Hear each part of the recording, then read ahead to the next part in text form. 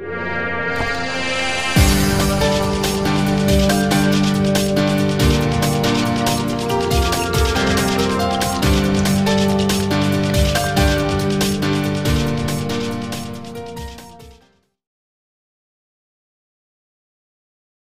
Friends, welcome to the YouTube channel Vasani sir chemistry. सौथी पहला तो मारी चैनल ने सब्सक्राइब करी देशो तथा बाजू में आपेला बेल आइकन ने दबाववानुं भूलशो नहीं। आपणे आ चेप्टर में स्फटिकमय घन पदार्थोना जुदा जुदा प्रकारो भण्या। हवे ए स्फटिकमय घन पदार्थो केवी रीते बने, शाना बनेला होय एनी रचनाओ आपणे भणवानी छे। एनी रचना भणता पहला आजना विडियो लेक्चर में आ लेक्चरनी 14मी थियरी आपणे आव्या छे। आ 14मी थियरी में आपणे 3 पदों समजाववाना छे आकृति द्वारा। एक अवकाश लेटिस, मोटिफ अने द्विपरिमाणीय अवकाश लेटिस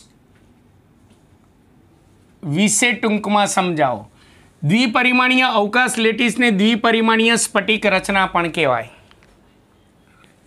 एटले आपणे स्फटिकमय घन पदार्थनी रचना समजता पहला आपणे द्विपरिमाणीय स्फटिक रचना विषे आपणे भणवानुं छे। अवकाश लेटिस, मोटिफ अने द्विपरिमाणीय स्फटिक रचना आपणे भणीशुं। चलो एना मुद्दा हूँ अहींया लखतो जाऊं, एना बदले दोरीने समजावुं ने तो तमने वधारे ख्याल आवशे। शुरुआत में जे मुद्दाना बदले आकृति दोरू ने ए आकृति तमारे परीक्षा में दोरवानी नथी। आकृति तमारे पेम्पलेट में आ प्रश्न में जे आकृति आपी जेटली आकृतिओ दोरवानी छे। चलो समझता रहेजो मुद्दा अने थोड़ी कल्पना पण करता रहेजो। आपणे आ एक भोंयतळियुं छे, जमीन छे, जेमां आपणे टाइल्स ने सरस डिजाइन वाली टाइल्स जे छे एने नियमित रीते गोठवी छे।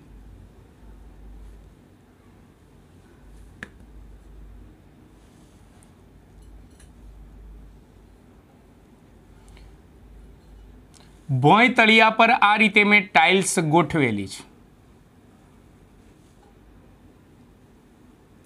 डिजाइन वाली टाइल्स से एवं समझी लेजो, एवी कल्पना करी लेजो।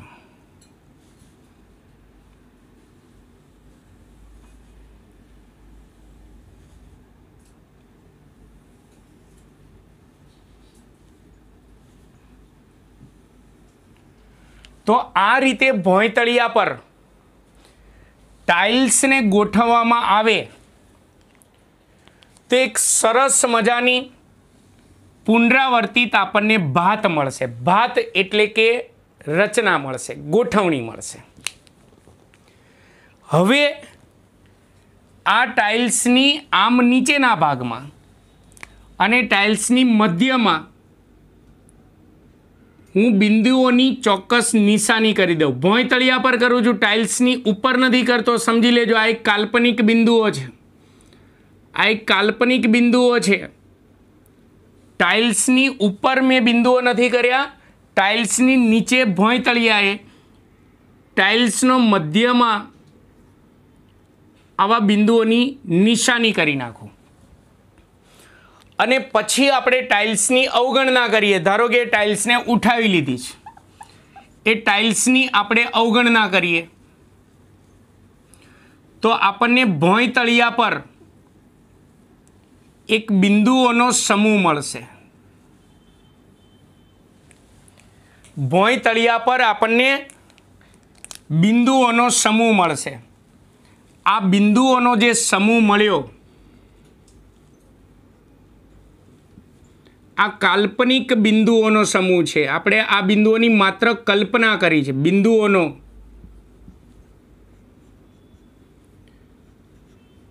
समूह जे मळे ए बिंदुओना समूहने कहेवाशे अवकाश लेटिस अथवा तो अवकाश लेटिस बिंदुओ कहेवाशे। आ बिंदुओना समूहने अवकाश लेटिस अथवा અવકાશ લેટિસ બિંદુઓ કહે છે. આ મેં પહેલું પદ વ્યવહારુ ઉદાહરણ દ્વારા સમજાયું. હજી આ વ્યવહારુ ઉદાહરણ ટાઇલ્સના ઉદાહરણ દ્વારા સમજીશું. ફરી એકવાર આપણે ભોંય તળિયા પર ટાઇલ્સને નિયમિત રીતે ગોઠવેલી હોય અડી અડીને તો એક પુનરાવર્તિત ભાત ઉપસી આવશે. હવે ટાઇલ્સની નીચે ભોંય તળિયા પર ટાઇલ્સની મધ્યમાં બિંદુઓ કરતા જાઓ. દરેક ટાઇલ્સની મધ્યમાં બિંદુઓ કરી અને ટાઇલ્સને ઉઠાવી લો, એટલે કે ટાઇલ્સની અવગણના કરો તો આપણને ભોંય તળિયા પર બિંદુઓનો સમૂહ મળશે. આ બિંદુઓના સમૂહને કહેવાશે અવકાશ લેટિસ અથવા અવકાશ બિંદુઓ કહેવાશે. આ કાલ્પનિક બિંદુઓનો ઢાંચો છે. ચલો હવે આપણી પાસે શું છે? હવે પાછી ક્રિયા ફરીવાર કરીએ. આપણે કોને ગોઠવવાનું છે? ટાઇલ્સને. મેં પહેલું પદ વ્યવહારુ ઉદાહરણ દ્વારા સમજાવ્યું. આપણે કોને ગોઠવવાની છે? સરસ મજાની ડિઝાઇન ધરાવતી ટાઇલ્સ ને ગોઠવીને આપણે દ્વિપરિમાણીય ભાત ઉત્પન્ન કરવાની છે, ડિઝાઇન ઉત્પન્ન કરવાની છે. તો હવે પાછું શું કરીશ?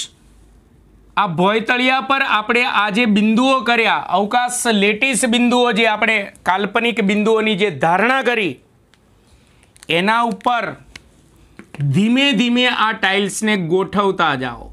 એ બિંદુઓ મધ્યમાં આવે એ રીતે ધીમે ધીમે આ ટાઇલ્સને ગોઠવતા જાઓ. એટલે વિચારો, એ બિંદુ પર ટાઇલ્સને ગોઠવો એટલે બિંદુ ટાઇલ્સની નીચે દબાઈ ગયું. ચલો બીજી ટાઇલ્સને ગોઠવો, ત્રીજી ટાઇલ્સને ગોઠવો. બિંદુઓ ટાઇલ્સની નીચે દબાતા જશે અને આમ પણ કાલ્પનિક બિંદુઓ છે. પાંચમી ટાઇલ્સ, છઠ્ઠી ટાઇલ્સ, સાતમી ટાઇલ્સ, આઠમી ટાઇલ્સ, 9, 10, 11 અને 12. તો આ જે બિંદુઓ આપણે ભોંય તળિયા પર કર્યા હતા એ બિંદુઓ પર ફરીવાર હું ટાઇલ્સને નિયમિત રીતે ગોઠવતો જાઉં તો આપણને એક દ્વિપરિમાણીય ભાત ઉપસી આવશે. તો આપણે આ અવકાશ લેટિસ બિંદુઓ પર ટાઇલ્સને એટલે કે ભાતના બંધારણીય એકમને નિયમિત રીતે ગોઠવવાથી આપણને દ્વિપરિમાણીય ભાત મળી. તો અહીંયા આ ટાઇલ્સને કહેવાશે મોટિફ. મોટિફ કહેવાય અથવા બંધારણીય એકમ કહેવાય. મોટિફ અથવા તેને બંધારણીય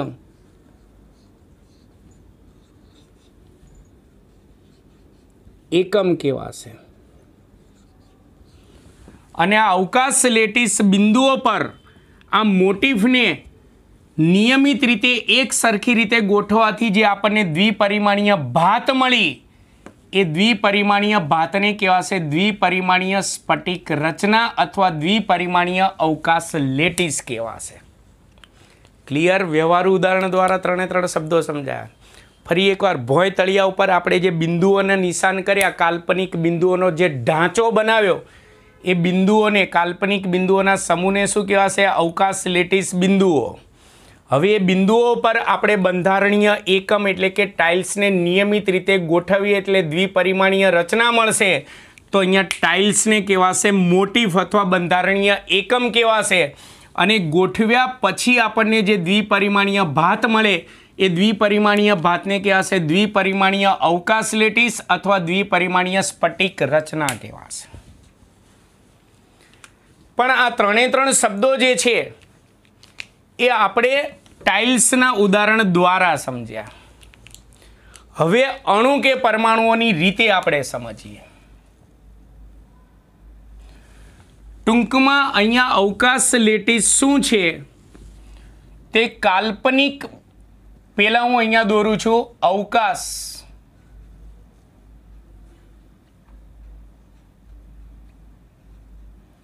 લેટિસ અથવા તો તેને શું કહે? અવકાશ લેટિસ બિંદુઓ કહેવાશે. પછી અહીંયા હું મોટિફ દોરીશ. હવે આપણે પદાર્થની વાત કરીશું. અહીંયા મોટિફ તરીકે આપણે ટાઇલ્સ લીધું. અહીંયા મોટિફ તરીકે અણુ, પરમાણુ કે આયનોનો સમૂહ હોય મોટિફ તરીકે. ચલો, જેમ અહીંયા ટાઇલ્સ હતી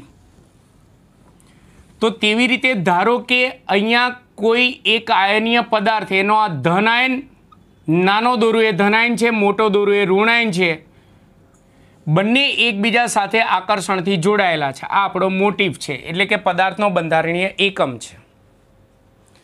ચલો, ટાઇલ્સને કોના પર આપણે ગોઠવ્યા? તો અવકાશ લેટિસ બિંદુઓ એટલે કે બિંદુઓના સમૂહોના કાલ્પનિક ઢાંચા પર ગોઠવ્યા દ્વિપરિમાણીય ભાત ઉપસાવવા માટે. તો ધારો કે એ અવકાશ લેટિસ બિંદુઓનો કાલ્પનિક ઢાંચો અહીંયા દોરું છું, એટલે કે એની કાલ્પનિક ગોઠવણી દોરું છું.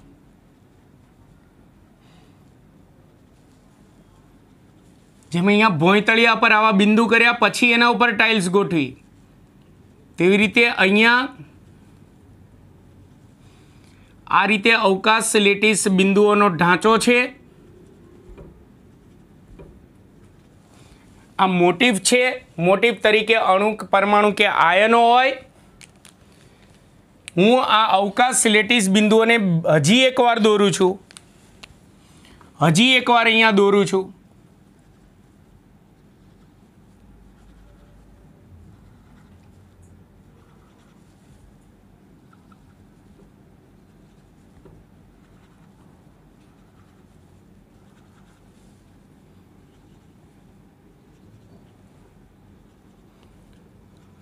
પણ ખાસ ધ્યાન રાખજો, અવકાશ લેટિસ બિંદુઓનો જે સમૂહ જે છે એ કાલ્પનિક ઢાંચો છે, જેના પર આપણે મોટિફને નિયમિત રીતે ગોઠવો ત્યારે દ્વિપરિમાણીય ભાત એટલે કે ડિઝાઇન ઉપસી આવવી જોઈએ. ચલો, હવે આ મોટિફ જે છે આ અવકાશ લેટિસ બિંદુઓ છે, મેં બીજી વખત દોર્યા છે. હવે આ મોટિફને જેમ અહીંયા અવકાશ લેટિસ બિંદુઓ પર આપણે શું ગોઠવી હતી? નિયમિત રીતે એક સરખી દિશામાં નિયમિત રીતે શું ગોઠવી હતી? ટાઇલ્સને. તેવી રીતે આ અવકાશ લેટિસ બિંદુઓની ગોઠવણી પર નિયમિત રીતે મોટિફને ગોઠવું. પણ મોટિફને ગોઠવો તો મોટિફની ગોઠવણી સમાન રાખવાની. મોટિફની ગોઠવણી, એની દિશા ને એ બધું સરખું રાખવાનું. એક સમાન રીતે હું આ રીતે અવકાશ લેટિસ બિંદુઓનો જે કાલ્પનિક ઢાંચો જે છે એના પર આ રીતે હું મોટિફને ધીમે ધીમે ગોઠવતો જાઉં, જેમ ત્યાં ટાઇલ્સને ધીમે ધીમે ગોઠવતો ગયો હતો.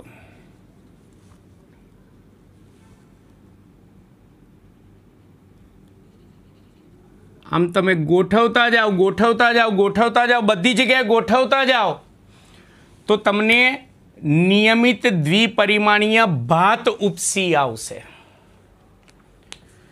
તો અહીંયા આ જે બંધારણીય ઘટક જે છે કે જેને આપણે અવકાશ લેટિસ બિંદુઓ પર નિયમિત રીતે ગોઠવવાથી આપણને દ્વિપરિમાણીય ભાત ઉપસી આવી, તો આ બંધારણીય ઘટકને કહેવાશે મોટિફ. એને જે બિંદુઓ પર, જે કાલ્પનિક બિંદુઓના ઢાંચા પર આપણે ગોઠવ્યા તે બિંદુઓના સમૂહને અવકાશ લેટિસ બિંદુઓ કહેવાશે. અને ગોઠવ્યા પછી જે દ્વિપરિમાણીય ભાત ઉપસી આવશે એને કહેવાશે દ્વિપરિમાણીય અવકાશ લેટિસ અથવા દ્વિપરિમાણીય સ્ફટિક રચના.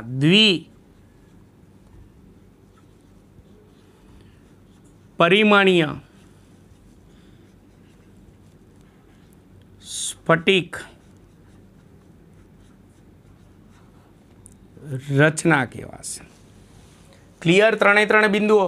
ટૂંકમાં આપણા ઉદાહરણમાં ભોંય તળિયા પર જે બિંદુઓ કર્યા હતા તેને અવકાશ લેટિસ બિંદુઓ. તો આ ઉદાહરણમાં આપણે જે બિંદુઓ જે ની કલ્પના કરી છે અવકાશ લેટિસ બિંદુઓ, એ બિંદુઓ પર આપણે ટાઇલ્સને ગોઠવીએ છીએ એટલે ટાઇલ્સ એ મોટિફ થશે. તો આ ઉદાહરણમાં અણુ કે પરમાણુનો જે બંધારણીય એકમ છે કે જેને આપણે બિંદુઓ પર ગોઠવવાના છે એને મોટિફ કહીશું. બીજું, અહીંયા ટાઇલ્સને ગોઠવ્યા પછી દ્વિપરિમાણીય ભાત ઉપસી આવે તેને દ્વિપરિમાણીય અવકાશીય લેટિસ અથવા દ્વિપરિમાણીય સ્ફટિક રચના કહેવાય. અહીંયા આ મોટિફને અવકાશ લેટિસ બિંદુઓ પર નિયમિત રીતે ગોઠવવામાં આવે તો દ્વિપરિમાણીય ભાત ઉપસી આવે તેને દ્વિપરિમાણીય સ્ફટિક લેટિસ અથવા દ્વિપરિમાણીય સ્ફટિક રચના કહેવાશે. ક્લિયર? પણ આ જે આપણે કાલ્પનિક બિંદુઓનો જે ઢાંચો કે જેની આપણે કલ્પના કરીએ છીએ, એની ગોઠવણીની કલ્પના કરીએ, જેના પર આપણે મોટિફને મૂકવાના હોય નિયમિત રીતે, આ ગોઠવણી બે પ્રકારની હોય છે. એટલે અવકાશ લેટિસ બિંદુઓની ગોઠવણી, આ બિંદુઓની ગોઠવણી બે પ્રકારની હોય છે. એટલે કે આ બિંદુઓ કાલ્પનિક ઢાંચો જે છે એ આપણે બે પ્રકારનો આપણે કલ્પના કરી શકીએ. પહેલા પ્રકારની ગોઠવણી કે જેમાં આ જ રીતે એકની નીચે એક આવે એ રીતે અવકાશ લેટિસ બિંદુઓને ગોઠવી દો અને ત્યાર પછી એના પર નિયમિત રીતે મોટિફને ગોઠવી દો એટલે દ્વિપરિમાણીય સ્ફટિક રચના મળી જશે. આ અવકાશ લેટિસ બિંદુઓનો કાલ્પનિક ઢાંચાની પહેલી ગોઠવણી. આ રીતની પણ ગોઠવણી હોઈ શકે અથવા તેની બીજી ગોઠવણી, અથવા તેની ગોઠવણી જે છે આ રીતની પણ હોઈ શકે અવકાશ લેટિસ બિંદુઓની. હવે એકની નીચે એક નહીં, બેની વચ્ચે એક.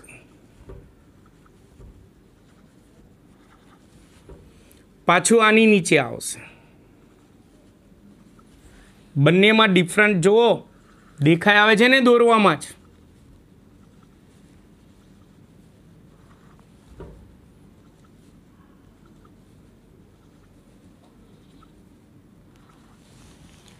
તો આ અવકાશ લેટિસ બિંદુઓ જે છે, કાલ્પનિક ઢાંચો જે છે, એની ગોઠવણી બે પ્રકારની હોઈ શકે. કાં તો આ રીતની હોઈ શકે, કાં તો આ રીતની હોઈ શકે. એના પર આપણા પદાર્થનો બંધારણીય ઘટક એટલે કે મોટિફને કાં તો આની ઉપર નિયમિત રીતે ગોઠવવામાં આવે અથવા આની ઉપર નિયમિત રીતે ગોઠવવામાં આવે તો દ્વિપરિમાણીય ભાત રચાય. એ દ્વિપરિમાણીય એ મોટિફને ગોઠવ્યા પછી જે ભાત રચાય એને કહેવાશે દ્વિપરિમાણીય અવકાશ લેટિસ અથવા તો દ્વિપરિમાણીય સ્ફટિક રચના કહેવાશે. તો મિત્રો, અહીંયા મેં તમને ત્રણ પદો સમજાયા: અવકાશ લેટિસ બિંદુઓ, મોટિફ અને દ્વિપરિમાણીય અવકાશ લેટિસ. તો આના પરથી આપણે અગત્યની બે વ્યાખ્યાઓ ભણીએ. આટલી સમજૂતી ઉપરથી અગત્યની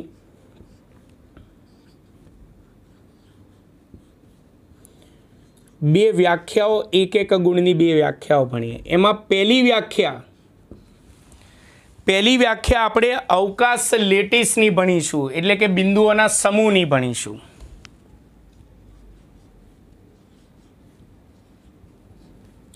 અવકાશ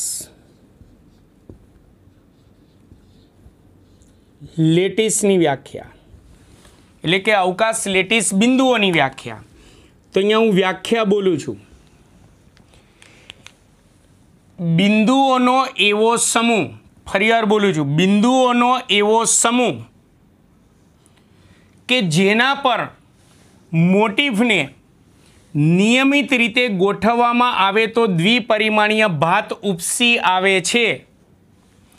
એ બિંદુઓના સમૂહને અવકાશ લેટિસ અથવા અવકાશ લેટિસ બિંદુઓ કહે છે. ફરીવાર બોલું છું: બિંદુઓનો એવો સમૂહ કે જેના પર મોટિફને નિયમિત રીતે ગોઠવવાથી દ્વિપરિમાણીય ભાત ઉપસી આવે છે. મેં એક એક ગોઠવ્યા છે, આવા અસંખ્ય ગોઠવવાના હોય. ફરીવાર બોલું છું: બિંદુઓનો એવો સમૂહ કે જેના પર મોટિફને નિયમિત રીતે ગોઠવતા દ્વિપરિમાણીય ભાત ઉપસી આવે છે, આવા બિંદુઓના સમૂહને અવકાશ લેટિસ કહે છે. બીજી વ્યાખ્યા આપણે ભણીશું મોટિફની.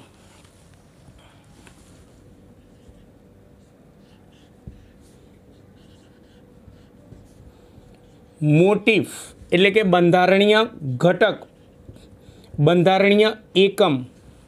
મોટિફની આપણે વ્યાખ્યા ભણીશું. ચલો, મોટિફ કોને કહેવાય? તો અવકાશ લેટિસ બિંદુઓના ઢાંચામાં અથવા તો અવકાશ લેટિસ બિંદુઓ પર નિયમિત રીતે ગોઠવવામાં આવતા બંધારણીય એકમને મોટિફ કહે છે. ફરીવાર બોલું છું, અવકાશ લેટિસ બિંદુઓ પર નિયમિત રીતે ગોઠવવામાં આવતા બંધારણીય એકમને મોટિફ કહે છે. તો મિત્રો, આ અવકાશ લેટિસ બિંદુઓ મોટિફને અવકાશ લેટિસ બિંદુઓ પર ગોઠવવામાં આવે તો મળતી દ્વિપરિમાણીય સ્ફટિક રચના ભણ્યા. એમાં ખાસ ધ્યાન રાખજો, આ બિંદુઓની ગોઠવણી બે પ્રકારની હોય. આ બિંદુઓની ગોઠવણી એટલે એક કાલ્પનિક ઢાંચો છે. ક્લિયર? પણ આ અવકાશ લેટિસ બિંદુઓ પર તમે દ્વિપરિમાણમાં મોટિફને નિયમિત રીતે ગોઠવ્યા એટલે દ્વિપરિમાણીય સ્ફટિક રચના મળી, દ્વિપરિમાણીય ભાત મળી છે. સ્ફટિકમય ઘન પદાર્થ બન્યો નથી. જો આ જ ગોઠવણીને આપણે ત્રિપરિમાણમાં વિચારીએ તો સ્ફટિકમય ઘન પદાર્થ બને. આનાથી તો માત્ર આપણને દ્વિપરિમાણીય ભાત મળશે, દ્વિપરિમાણીય ડિઝાઇન મળશે, સ્ફટિકમય ઘન પદાર્થ નહીં મળે.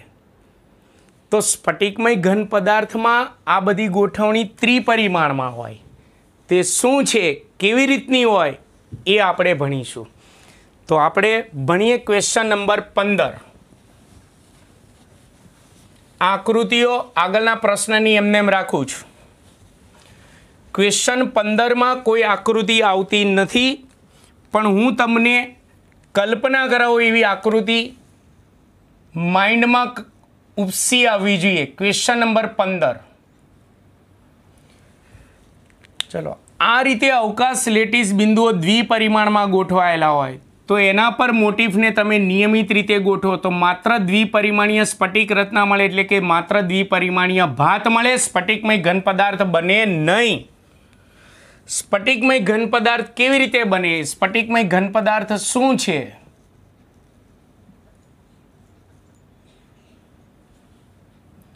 સ્ફટિકમય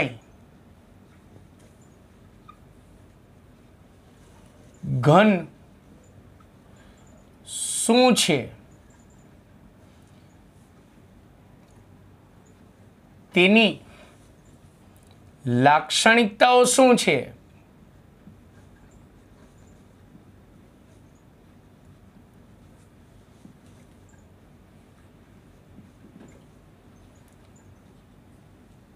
એ આપણે જણાવવાનું છે. કદી દ્વિપરિમાણીય ગોઠવણીથી સ્ફટિકમય ઘન પદાર્થ ના મળે, માત્ર દ્વિપરિમાણીય ભાત મળે. ચલો, અહીંયા ખરેખર ત્રિપરિમાણમાં આપણે ગોઠવણી વિશે વિચારવાનું છે. એટલે આની આકૃતિ દોરવી અઘરી છે. આકૃતિ દોરવાની પણ નથી, ચોપડીમાં પણ નથી. ચલો, અવકાશ લેટિસ બિંદુઓની અહીંયા કેવી ગોઠવણી કરી? દ્વિપરિમાણીય. એવી રીતે અવકાશ લેટિસ બિંદુઓ જે છે એની ત્રિપરિમાણીય ગોઠવણી કરો. એની ત્રિપરિમાણીય ગોઠવણી જે છે એની કલ્પના કરીએ.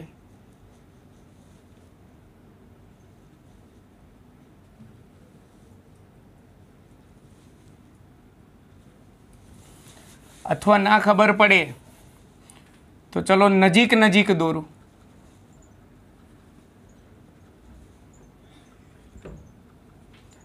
આ અવકાશ લેટિસ બિંદુઓનો કાલ્પનિક ઢાંચો છે, પણ આ કાલ્પનિક ઢાંચો કેવો છે? દ્વિપરિમાણીય.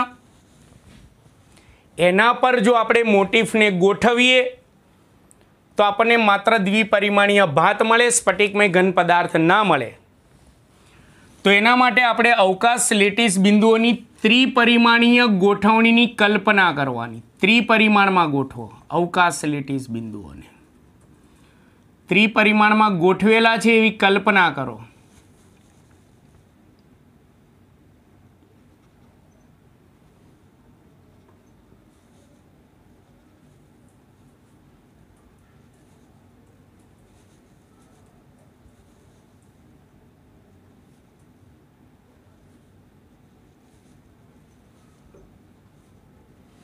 આ ત્રિપરિમાણમાં અવકાશ લેટિસ બિંદુઓ ગોઠવેલા છે અને હવે મોટિફને આવા ત્રિપરિમાણીય અવકાશ લેટિસ બિંદુઓ પર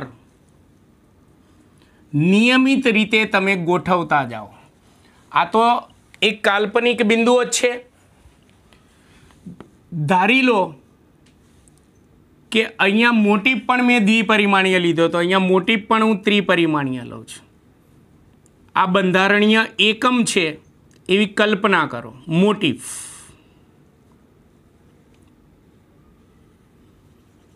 જે અણુ પરમાણુ કે આયનોનો બનેલો હોય. હવે આ મોટિફ છે. ચલો હવે બંનેની સરખામણી કરીએ. અહીંયા અવકાશ લેટિસ બિંદુઓની દ્વિપરિમાણીય ગોઠવણી, અહીંયા અવકાશ લેટિસ બિંદુઓની ત્રિપરિમાણીય ગોઠવણી. અહીંયા દ્વિપરિમાણીય મોટિફ, અહીંયા ત્રિપરિમાણીય મોટિફ. હવે અહીંયા મોટિફને દ્વિપરિમાણીય અવકાશ લેટિસ બિંદુઓનો જે કાલ્પનિક ઢાંચો છે એના પર નિયમિત રીતે ગોઠવ્યા. તો એવી રીતે અહીંયા મોટિફને ત્રિપરિમાણીય અવકાશ લેટિસ બિંદુઓના ઢાંચા પર નિયમિત રીતે ત્રિપરિમાણમાં ગોઠવતા જાઓ. અહીંયા મેં કીધું ને 3 ડાયમેન્શનમાં આકૃતિ છે એટલે વ્યવસ્થિત આવશે નહીં એવું સમજી લેજો. ધારી લો કે મેં એક લેટિસ બિંદુ પર એક મોટિફ ગોઠવ્યો. એ જ રીતે હું આ બધું ભૂસી નાખું છું. કાલ્પનિક બિંદુઓની કલ્પના કરતા રહેજો. એ રીતે ધારો કે અહીંયા કોઈ એક લેટિસ બિંદુ છે, એની ઉપર આ બીજો મોટિફ મૂક્યો. અહીંયા છે.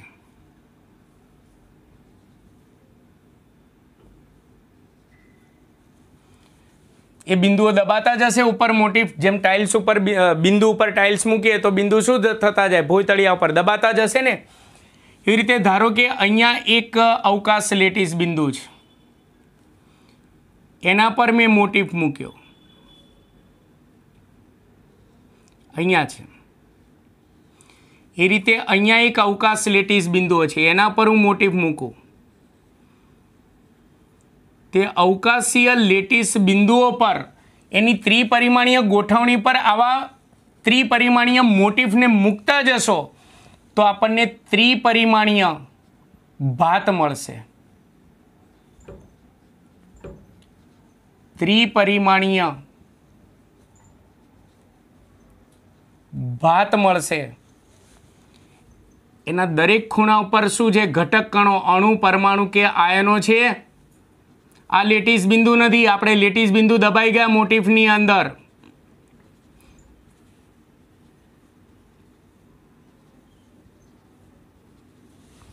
સમજણ પડી? આ ત્રિપરિમાણમાં અવકાશ લેટિસ હતા જેના પર આ મોટિફને મૂકતો ગયો, આની ઉપર મૂક્યો.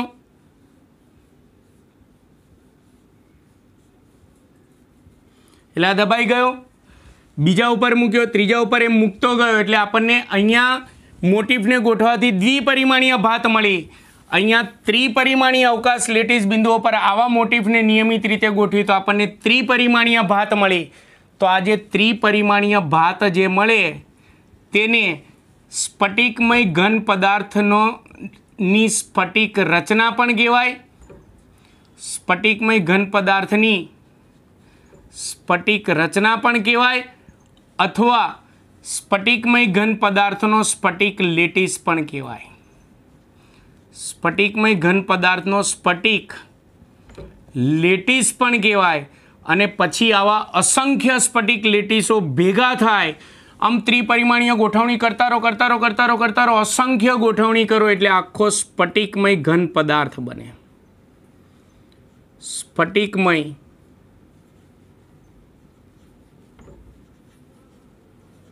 ઘન પદાર્થ બને.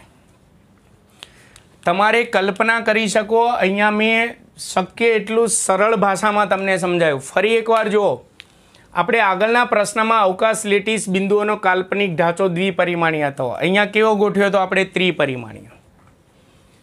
આગળના પ્રશ્નમાં આપણે મોટીફ પણ આવો દ્વિપરિમાણીય લીધો હતો. અહીંયા આપણે મોટીફ ત્રિપરિમાણીય લઈએ છીએ.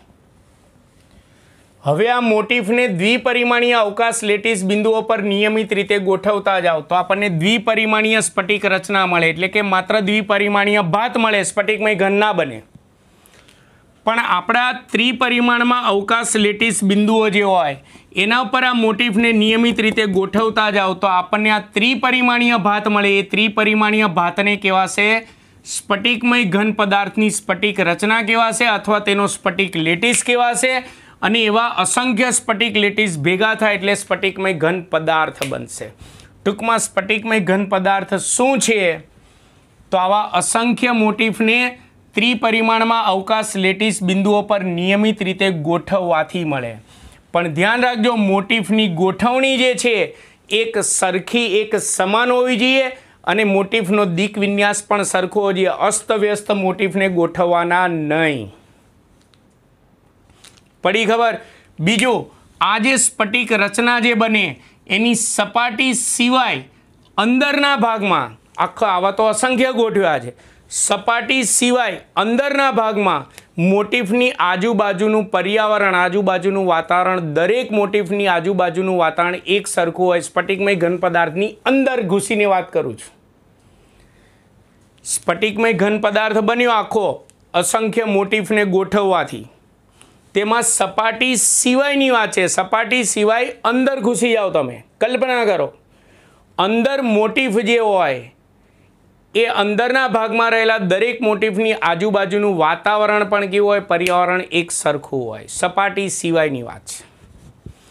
અને ધ્યાન રાખજો, સ્ફટિકમય ઘન પદાર્થની સ્ફટિક રચનામાં મોટીફની જે ગોઠવણી તમે કરો એ મોટીફની ગોઠવણી એક સમાન હોવી જોઈએ. એનો દિક વિન્યાસ પણ એક સરખો હોવો જોઈએ. અસ્તવ્યસ્ત મોટીફને ગોઠવવાથી સ્ફટિક રચના ના બને. સ્ફટિક રચના ના બને એટલે સ્ફટિકમય ઘન પદાર્થ ના બને. ક્લિયર? ચલો, આ જે ત્રિપરિમાણીય ભાત મળી એને આપણે શું કીધું? સ્ફટિક લેટીસ અથવા સ્ફટિક રચના, સ્ફટિકમય ઘન પદાર્થની. તો એ સ્ફટિકમય ઘન પદાર્થનો જે સ્ફટિક લેટીસ એટલે કે આ ત્રિપરિમાણીય ભાત જે છે એની લાક્ષણિકતા શું? સ્ફટિકમય ઘન પદાર્થની સ્ફટિક રચના પણ કહેવાય એ ત્રિપરિમાણીય ભાતને, અથવા એને સ્ફટિકમય ઘન પદાર્થનો સ્ફટિક લેટીસ પણ કહેવાય.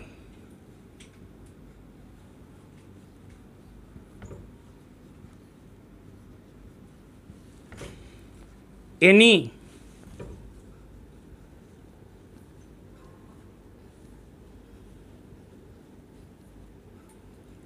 લાક્ષણિકતાઓ. ચલો, આ ત્રિપરિમાણીય ભાતની આપણે લાક્ષણિકતાઓ ભણવાની છે. તો એની અંદર નંબર 1 પહેલી લાક્ષણિકતા, આ જે આપણને ત્રિપરિમાણીય રચના જે મળી, સ્ફટિક રચના, સ્ફટિક લેટીસ મળ્યો છે, એમાં આ પ્રત્યેક બિંદુને લેટીસ બિંદુ કહે છે. આ રચનામાં રહેલા પ્રત્યેક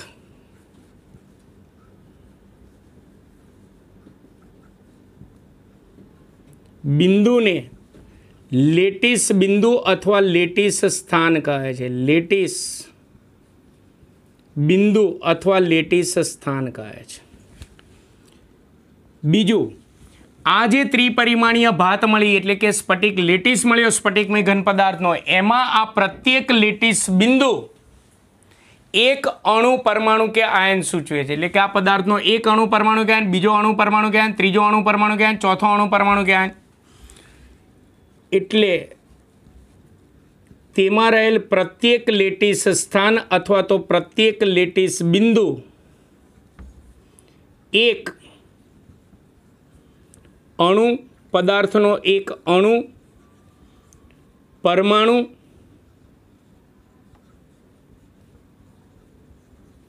કે આયન દર્શાવે છે।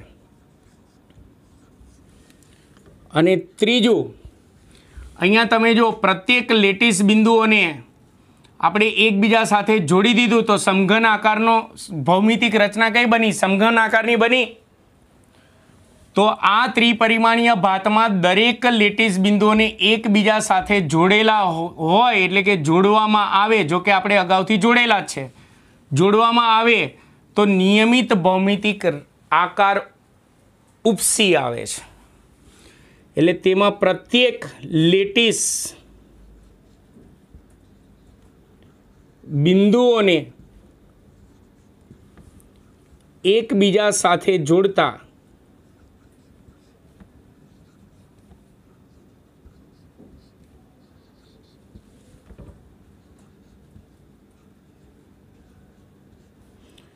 ચોક્કસ ભૌમિતિક આકાર ઉપસી આવે છે। ચોક્કસ ભૌમિતિક આકાર